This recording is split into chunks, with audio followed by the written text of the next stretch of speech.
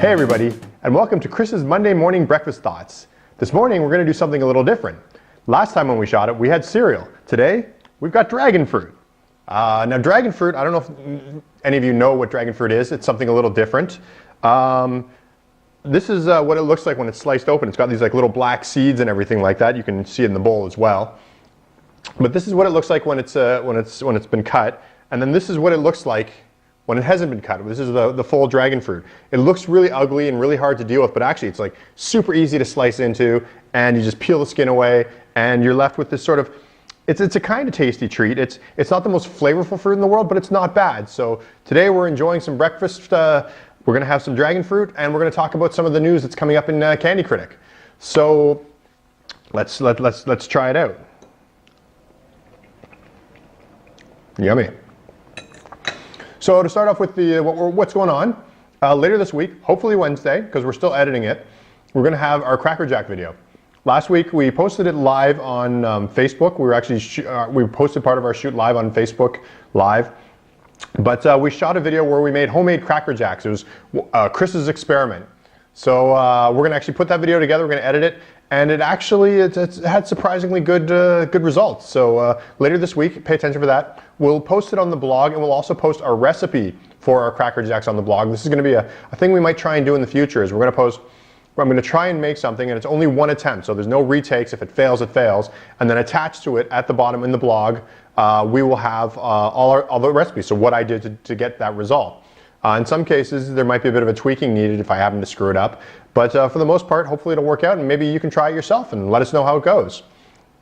Other than that, we have our regular reviews as always. We just posted one, as you can see above right now if you're finding this on the blog. But we'll have another one on Thursday, which we have more info about that later on.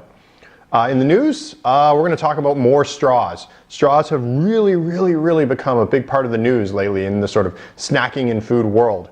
It even came to the point I have now purchased permanent straws. Yes, I've got some plastic straws. I've got a little art piece I'm planning to make of it. But for drinking out of now, I am now using bamboo straws. I know metal straws are a big thing, but I came across these bamboo straws.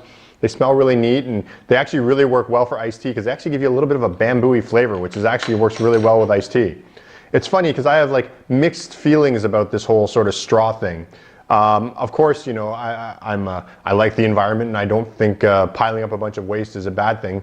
But you know, I'm kind of not necessarily for the idea of like companies and governments mandating you can't have something. I think it's a personal choice.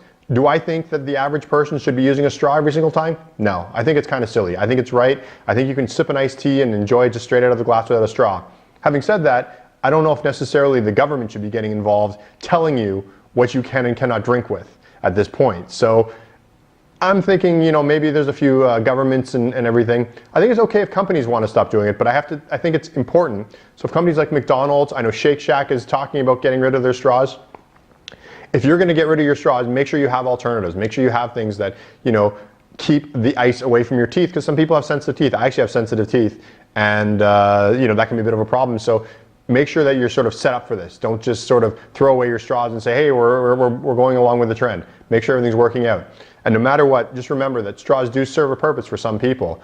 A lot of people in the medical community rely on straws, and a lot of people, elderly people who have difficulty drinking out of cups, you know, particularly when they're not feeling well, it can be a really important thing. So if you just kind of ban straws completely, you're actually putting people in the medical profession and people who might need them in trouble. So again, I have mixed feelings. Of course, I don't want to destroy the environment, but on the other hand, I don't like the idea of being told what I can and cannot do. So there's my 2 cents on that particular subject. The other thing I want to talk about is just this past weekend, the Big Mac turned 50. That's crazy. It's actually one of my favorite things. I actually enjoy McDonald's. I know it's not popular to say that, and I do love the Big Mac. You know, it's one of those things I go to. Whenever I'm traveling, if I kind of want a bit of home, the Big Mac is actually something I often go for because it's a flavor of home that can make me feel like I'm back in North America. And so it's a great thing. And so happy birthday, Big Mac, and I hope you have another 50 years, and I hope I hope you got everything you wanted for your birthday. The final thing I want to talk about, we have a news article coming about this later, but I've noticed some things about this online. Mayonnaise ice cream has become a trend. I've never tried it. I don't really know what it is. Is this mayonnaise flavored ice cream?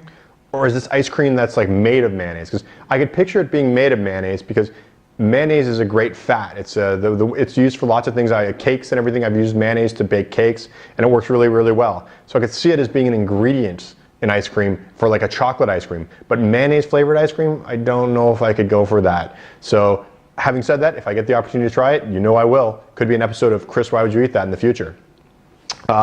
So finally, I just want to talk about our Patreon page. Again, I know I always talk about our Patreon page, but you know, we're looking to get more and more people involved with it. Every week on Patreon, you get a whole bunch of extra content. You get a video on Friday that nobody else gets.